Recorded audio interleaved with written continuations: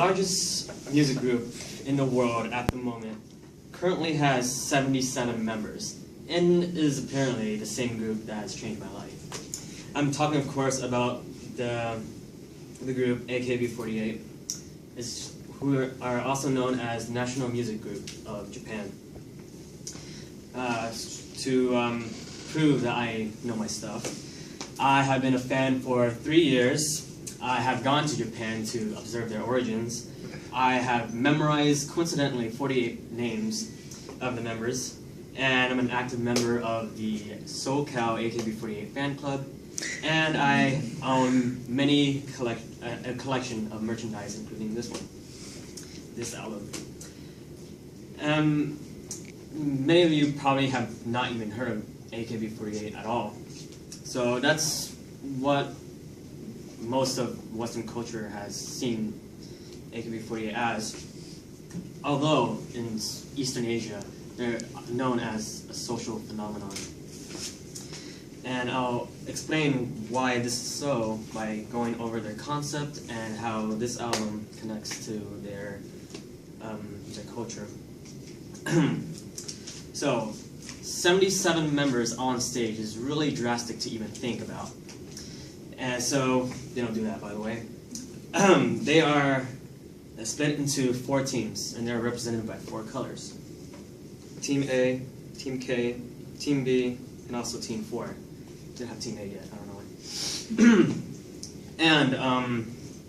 And there are usually 1 to 4 people that sing at the same time, so you don't have to worry about being overwhelmed. And AKB48 is a theater-based group, and what that means is their songs are based on you sitting down in the front of a theater stage. So it's usually not like those big concerts where you're outside and you're all pumping your fists with 500,000 people or so. But the maximum occupancy of the theater is actually 200 people. And they have these concerts or theater performances every day. And how they do that is they have the teams take turns. This unique concept was really needed to represent their long history that has started since 2005. And I'll explain that by how this artifact connects to their culture. So this artifact represents the first and one of their main goals. And that means the title of this album is 1830 meters. And that represents the actual distance between the original theater, where they started, and their goal venue to perform in, and that's Tokyo Dome. Probably one of the most prestigious venues to ever perform in Japan. And this connects to their culture because it represents the 7 years of hardships that they have to go through. And also, it's the dawn of the new era. And yes, they did fulfill this goal by performing in Tokyo Dome for 3 days, having 3 concerts from August 24th to the 26th, 2012. So that's 7 years later. And the last day was had a main focus, and that was the graduation, which means the leaving of the most prestigious member of AKB48 in their history, and that's Maida Asuko. She's in the top, of course.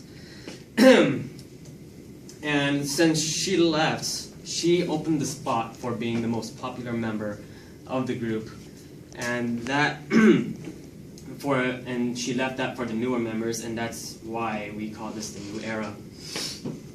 So AKB48 lives on today as an entirely different group than they were in 2005 as people come and go.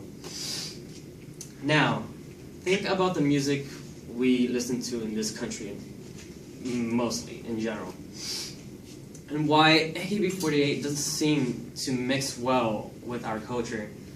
And the fact that their concept is so different is exactly the reason why they don't mix well with our culture at all in this country as well. Their controversial lyrics and music videos tend to be the main focus of Western people discovering AKB48, as one of their names is one of the names of their songs is called "My Uniform is Getting in the Way." It is what it sounds like, and that's what makes it seem so controversial, and people tend to reject or even despise them. So I advise you to, when you go home and find out AKB48 yourself, to not listen to just one song, but more than one, especially not one controversial song. And I conclude by saying, quote, "The world is a book, and those who don't travel only read one page."